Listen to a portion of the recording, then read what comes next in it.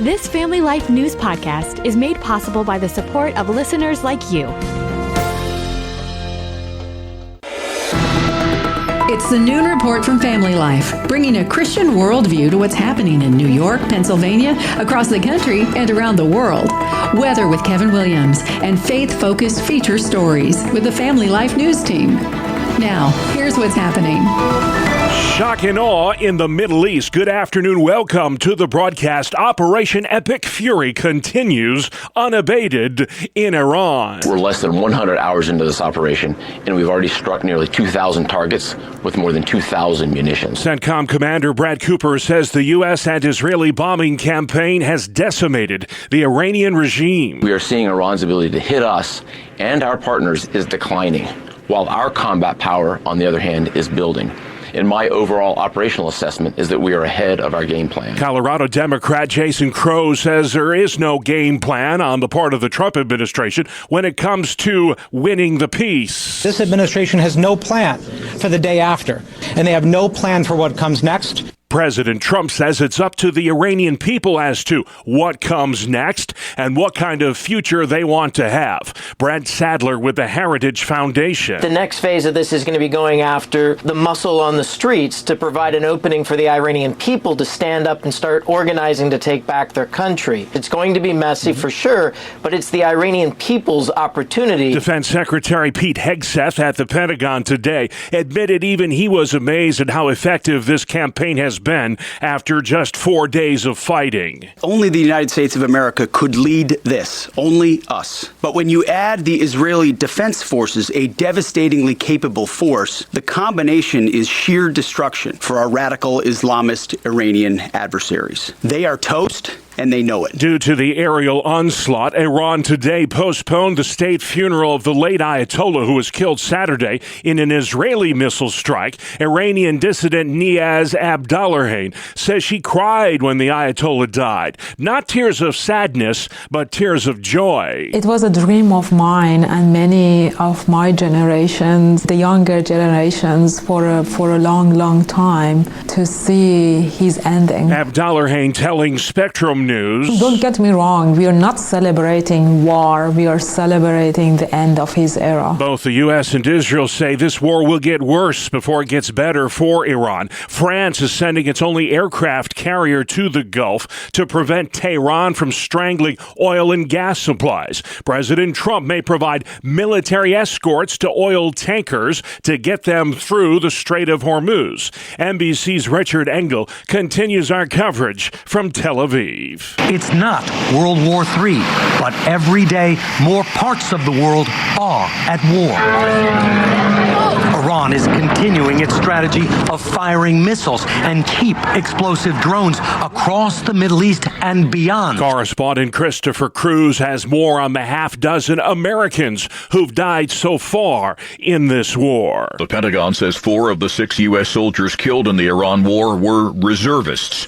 The youngest was 20 years old. They died Sunday when a drone hit their command center in Kuwait. One of the 4 was just days away from returning to her husband and 2 children. The State Department is chartering flights now to get Americans stranded in over a dozen Middle Eastern countries to safety. Gas prices in this country have risen more than 10 cents a gallon since just yesterday. DHS Secretary Kristi Noem is again testifying on Capitol Hill. She's explaining to House lawmakers today what Homeland Security officials are doing to disrupt terror sleeper cells that may be operating here in the United States as the war with Iran rages on. Over the last administration, when millions of people streamed across our border, we don't necessarily know who all came into our country. We know that we have many dangerous individuals that came in unvetted, and we are working every single day to find them. Noem's Department of Homeland Security is not being funded right now because Democrats have a disdain for how ICE agents are conducting illegal immigration raids. During the Biden administration, 1,500 Iranian nationals crossed the border illegally. Nearly half of them were released into these United States. The results are in from Tuesday's primary elections in the state of Texas. This is truly a campaign of, by, and for the people. That's 36-year-old Congressman and seminary student James Tallarico. He won the Democratic primary for U.S. Senate, defeating liberal firebrand Jasmine Crockett yesterday. Incumbent Republican John Cornyn will face off against Texas Attorney General Ken Paxton in a May runoff.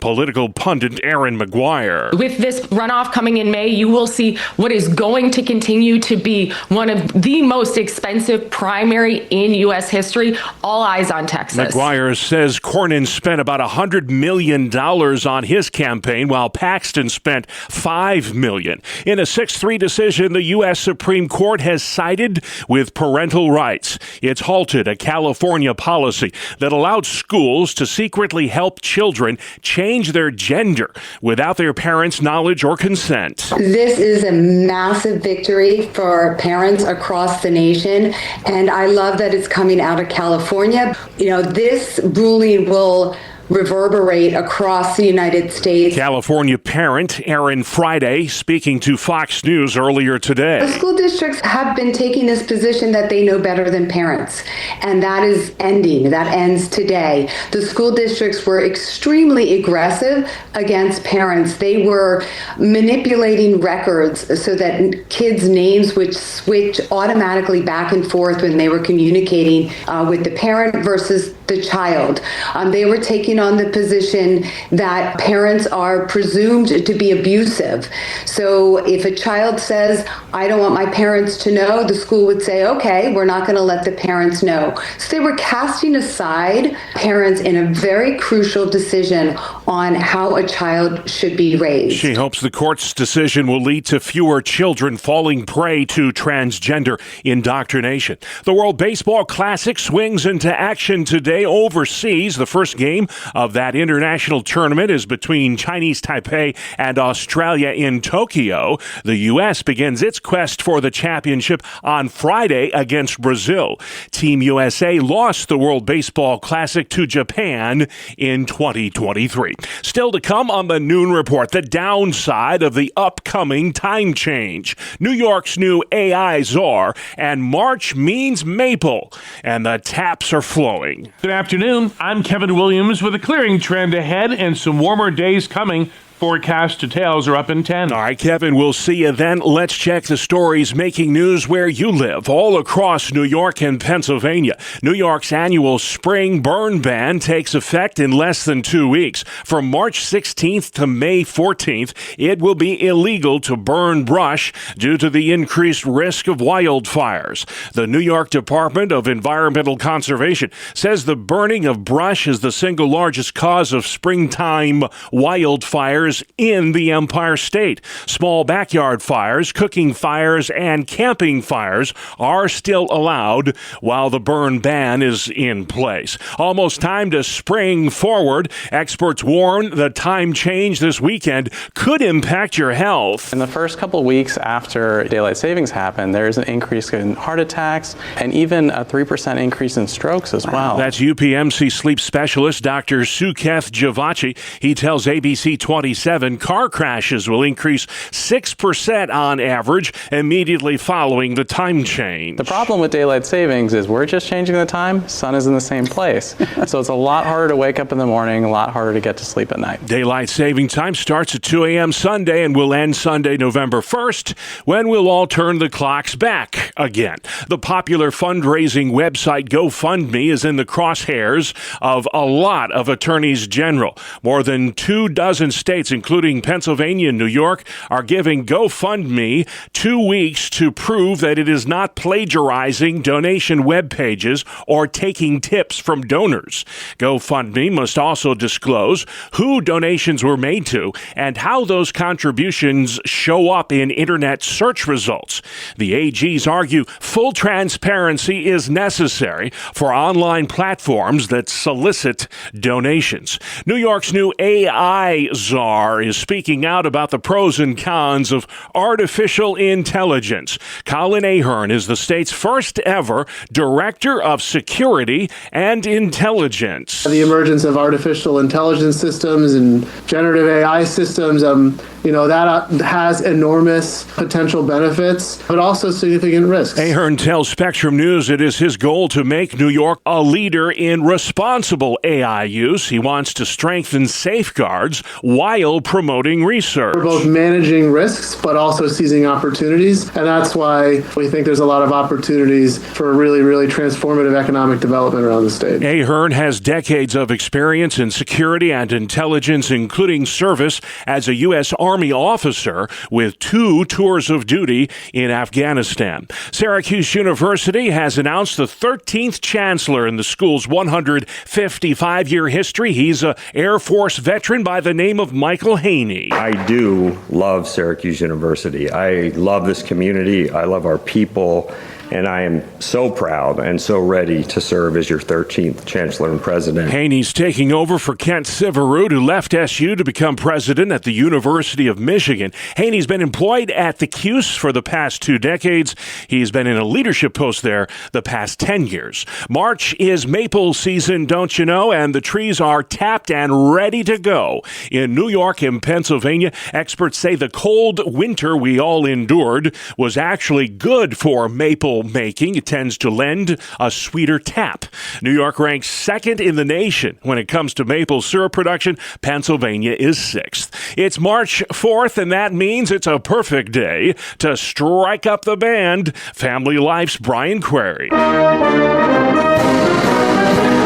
For centuries, the beat of a drum has kept units moving in unison. From the football field to the streets to the Broadway stage, marching music delights performers and spectators all across the world. Today's a day to celebrate the marching arts as it's National Marching Music Day, or March 4th. This day celebrates everything from parades to impressive field shows, the things that bring audiences to their feet while stirring a crowd to an enthusiastic roar. Drum Corps International started this day in 2017 to celebrate marching music as an engaging and ever-expanding art form around the world. So today, whether you twirl a flag, play an instrument, support your local arts organizations, or simply walk in time with the music, celebrating this day is easy. To start, all you need to do is take that first step. Brian Query, Family Life News. All right, March 4th, Brian Query, thank you very much. Time for us to march on over to the sports desk next. It's the 2-minute drill right here on the Family Life Noon Report. Good afternoon, I'm Randy Snavely. Bob, it was a great night for Tage Thompson of the Buffalo Sabres. He was honored before the game for helping the United States win an Olympic gold medal, and then he scored in the Sabres' 3-2 victory over Vegas. Owen Power and Jason Zucker also scored for the surging Buffalo team, who has now won 4 straight. Sabres 25-5-2 over their last 32 games. The Penguins dropped a 2-1 decision to Boston. Other winners on the ice, the Devils, Mammoth, Jackets, Jets, Stars, Oilers, Wild, Avs, and Sharks. In the NBA, the Knicks rolled past the Raptors in Toronto 111-95. Jalen Brunson scored 26 points and handed out 10 assists. And Karl Anthony Towns added 21 points and 13 boards to lead New York to their 3rd straight win. The San Antonio Spurs went into Philadelphia hot, and they left even hotter as they blew out the Sixers 131-91. The Spurs have only lost 1 game in their last 14, and most of their starters last night only played around 20 minutes in the contest. As hot as the Spurs are, the Nets are cold. Brooklyn lost its 9th straight game, 124-98 to the Miami Heat. Also picking up wins on the hardwood, the Hornets, Cavaliers, Magic, Thunder, Timberwolves, Lakers, and Suns. And finally this, the first game of the World Baseball Classic will be played tonight in an international contest between China and Australia. The U.S. gets underway on Friday against Brazil. That is a look at sports. All right, thank you very much, Randy. And still to come on the Noon Report, Iran war intensifies, gas price spike, and noise ordinance at PA Church. Be as loud as you want to be. Welcome to Breakpoint, a daily look at an ever-changing culture through the lens of unchanging truth. For the Colson Center, I'm John Stonestreet. Well, apparently, the quarter-zip pullover has become a popular choice for young men on both sides of the Atlantic. It's a preppy compromise between a hoodie and a sports coat, and it's swept across social, racial, and cultural spectrums, from urban epicenters to college campuses. It's even generated an unusual amount of media coverage and analysis. For example, this from The Guardian, quote, "The subtext is that quarter zips, often associated with white middle-class finance bros, signify professionalism, while Nike techs, often associated with black working-class men living in cities, represent criminality. To wear a quarter zip," these videos say, "is to complete your transformation from a hoodlum into something more respectable." And this, according to a different article from USA Today, people engaged with the quarter zip's popularity say it goes beyond just trends and clothes. It's a lifestyle that reflects a commitment to sophistication, end quote. Well, it could be that all of this is more than just a fashion trend. Beginning last year, there were reports of an upsurge in the number of young men that were going to church. And not just any churches. By and large, the young men that are looking for spiritual answers are not choosing seeker-friendly or mainline progressive churches. It's as if they want something that will challenge them. Also recently, conversations appeared on social media sites like X between young men, some in their teens, who were diving into the great books of the Western canon. These young men are not just reading Dostoevsky or Mary Shelley's Frankenstein, they're sharing their impressions and engaging in conversation about the books with others. It seems as if a significant number of young men, perhaps sick of the meaninglessness of low expectations and infinite distraction, are now looking for something else. Many simply seem to just want to act like men, having been told for so long that they are what's wrong with the world, that all masculinity is toxic, that the future is female. They're now looking for answers in not all the wrong places. It's a wonderful vibe shift from the young men of just a half a generation ago who seem to all be inflicted with Peter Pan syndrome. Instead, there are some, and a growing number, committed to taking themselves, the faith, and good books more seriously. Yes, it would be strange if the new icon of the cultural rebel went from white t-shirts with cigarettes and rolled-up sleeves to sagging baggy pants to quarter zips. But for young men recovering from Peter Pan syndrome, who are done with being the lost boys of the West, a new kind of rebellion is long overdue. To learn more about how to help and lead young men, see the very first lecture in the Lighthouse Voices series, a collaboration between Focus on the Family and the Colson Center. In it, Dr. Anthony Bradley outlined the crisis of purpose and meaning that so many young men face, as well as the importance of fathers, of religious and social institutions, and of mentors. This is an opportunity for the church to help seekers find what they're truly looking for, the thing for which God made them. For the Colson Center, I'm John Stonestreet with Breakpoint.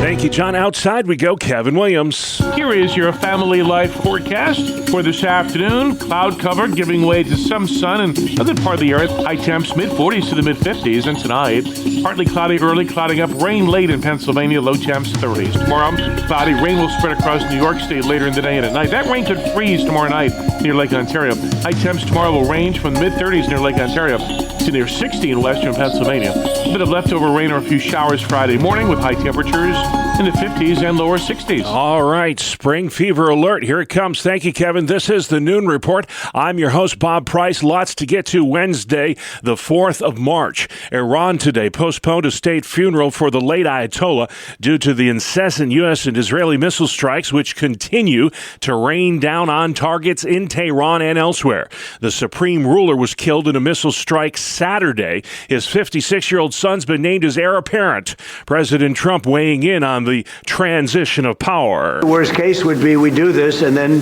somebody takes over who's as bad as the previous person, right? Most of the people we had in mind are dead. Mideast scholar Eli Kohanen says we have broken the backs of the Iranian regime through Operation Epic Fury, and now it is time to break their will. And this 47-year reign of terror that they unleashed, that reign of terror is over. And the time will come when the regime understands the best thing they can do is wave that white flag. More than 2,000 targets inside Iran have been struck in just the first 100 hours of the war. Correspondent Charlie D'Agata continues our coverage from Tel Aviv. Iran doesn't have anywhere near the firepower to match the American and Israeli onslaught head on, but it does claim to possess a vast underground network of tunnels hiding ballistic missile stockpiles and cheap one-way attack drones, with enough of these weapons getting past even the most sophisticated air defenses to cause havoc. Gas prices rising another 10 cents a gallon overnight as the energy sector absorbs the impact of the war. The president's vowed to do whatever is necessary to keep the Strait of Hormuz open for business. That strait is where 20% of the world's oil supply passes through every day. You've had a really big jump in the past few days. I haven't seen a jump like this since Russia invaded Ukraine back in 2022. Business analyst Christine Roman says regular unleaded is now averaging $3.20 a gallon. Before the war started, it was under $3 a gallon. There's word today that Ecuador is joining the U.S. fight against drug traffickers. U.S. Southern Command, which has launched dozens of deadly strikes on suspected drug-running boats in the Caribbean and the Eastern Pacific, says it has started joint operations with Ecuador. About 70% of the drugs produced by Colombia and Peru are shipped through neighboring Ecuador. Ecuador's president met with U.S. military officials yesterday to discuss the sharing of information and the use of his country's airports and seaports. CBS's Michael Wallace. 36-year-old Texas congressman and former seminary student James Tallarico defeated liberal firebrand Jasmine Crockett yesterday in the Democratic primary for U.S. Senate. The people of our state gave this country a little bit of hope, and a little bit of hope is a dangerous thing. On the Republican side, incumbent Senator John Cornyn will face off against Texas Attorney General Ken Paxton in a May runoff election. In a 6-3 decision yesterday, the U.S. Supreme Court has blocked a California law that required schools keep secret from parents a student's gender transition. Teachers were forced to use different names and pronouns behind parents' backs. The court reaffirmed parents, not the state, have the constitutional right to direct the upbringing of their children. The Thomas More Society calls it a historic win for parents that sets a precedent and puts every secret gender transition policy in America on notice. Sarah Harnish, Family Life News. Welfare fraud in Minnesota is the focus of a hearing today before the House Oversight Committee. Governor Tim Walz and State Attorney General Keith Ellison are appearing before that congressional panel. The committee chair, James Comer, says those two Democrats failed to stop widespread fraud and retaliated against whistleblowers. The federal government has temporarily frozen federal funding to many Minnesota welfare programs as a result. 24 states are giving GoFundMe 2 weeks to prove the fundraising site is not plagiarizing donation web pages or taking tips from donors. Here's Monica Nelson. A total of 22 attorneys general have joined charitable regulators in sending a letter to the fundraising site demanding it show all unauthorized donation web pages and disclose all info like who donations were made to. They also want GoFundMe to explain how their donation web pages show up in internet search results, also to review whether tips and other changes should be redirected to the charities. I'm Monica Nelson. Virginia Tech researchers have just released new data about how marijuana use can affect driving. The university's Transportation Institute tracked drivers using cameras and sensors between 2021 and 2023. The data collected indicated that cannabis-related trips spiked during lunchtimes, in the evenings, and on Fridays. It also indicated that participants sometimes took alternate routes like rural roads to compensate for their substance use. Researchers urged more study, hoping additional data would lead to a baseline for judging real-time cannabis impairment. I'm Tammy Trujillo. A Pennsylvania church's viral policy welcoming loud children is now promoting a healthy debate online. The Mount Washington United Brethren Church in York, PA, says if your kids make a lot of noise, you're not bothering us, you're a blessing to us. That online statement generating a lot of online discussion. One critic declaring church is not a daycare, but most celebrated the policy change. Pastor Alan Harbold telling Fox News, Jesus himself admonished his disciples to let the children come unto him, so why should he do any less? The noisier you are, the more welcome you are at the Mount Washington United Brethren Church in York, Pennsylvania. You're listening to the Noon Report, a midweek edition on Family Life.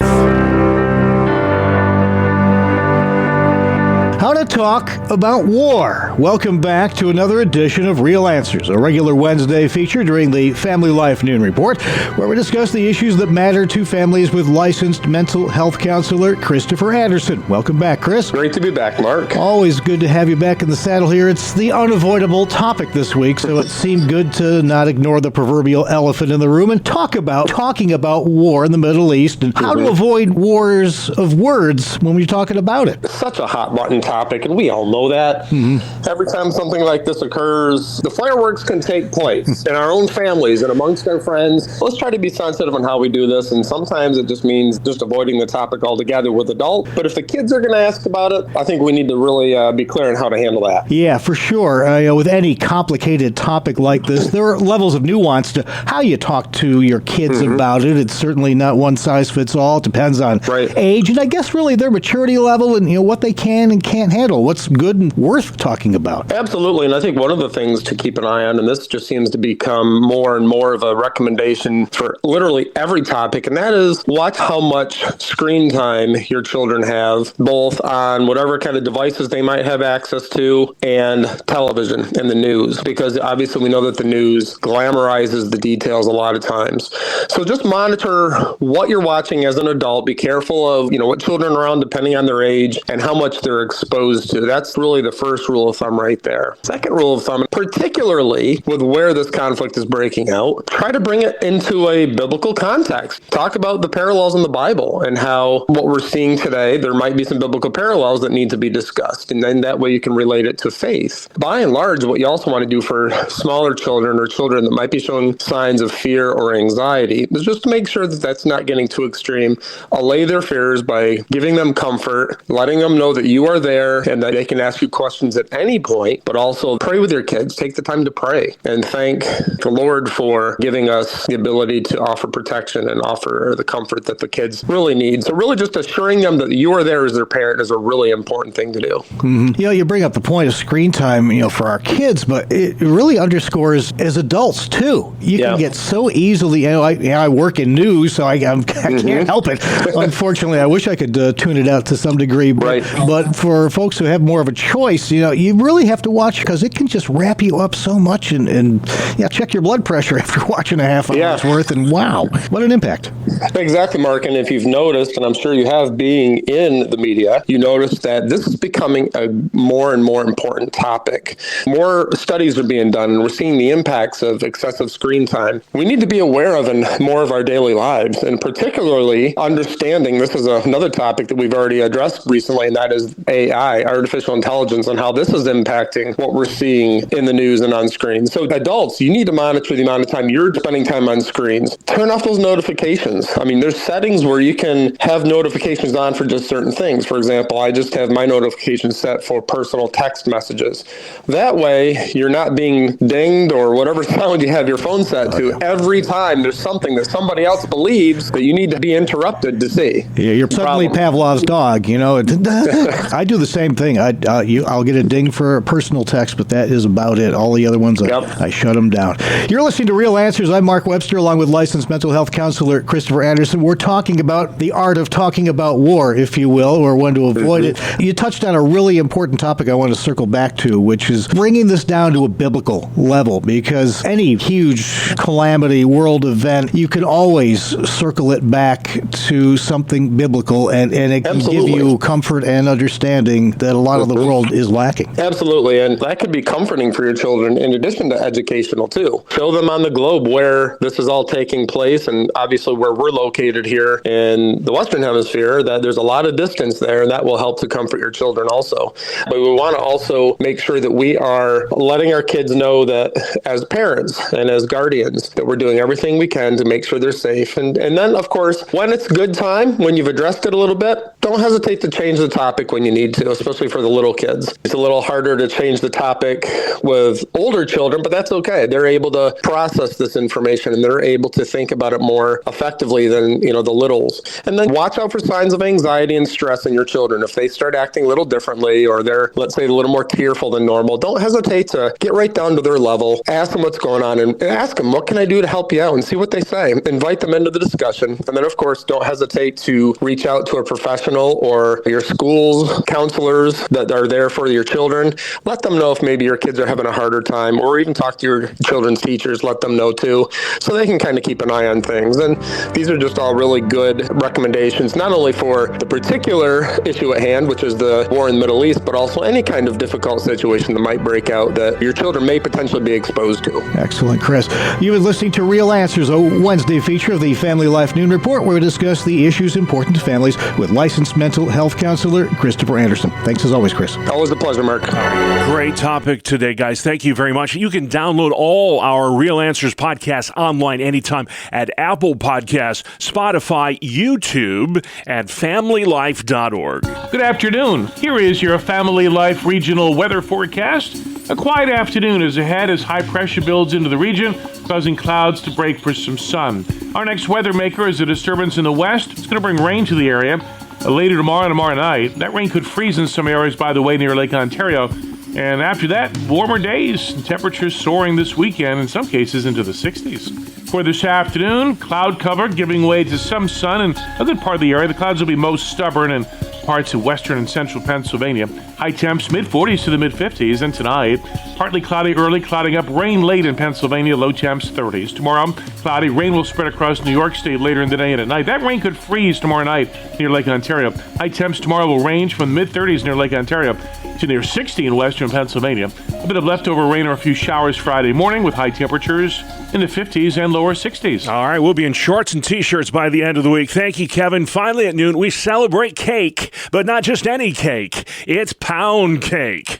Correspondent Bree Tennis. Take a moment and savor the cake that has been passed down since the early 1700s. Back then, it was called 1111 because that's the recipe. A pound each of butter, sugar, flour, and eggs. Mix that, bake for 50 minutes, and you have pound cake. The recipe's changed a bit with the years. We now add leavening to lighten it up. We like it in the U.S., but the Irish eat more pound cake than anyone else. I'm Bree Tennis. Nobody does it like the Irish. Thank you, Bree, and that's our world. The world we live in. Wednesday, March the 4th. I'm Bob Price. Family Life News. You've been listening to the Noon Report, heard weekdays on Family Life. Thank you for listening. Thank you for listening to this Family Life News podcast. If you've been encouraged by what you've heard, please share it with others and click the subscribe button to automatically receive future episodes. Family Life is a listener-supported ministry. Podcasts like this are made possible by your financial partnership. Find out more at familylife.org.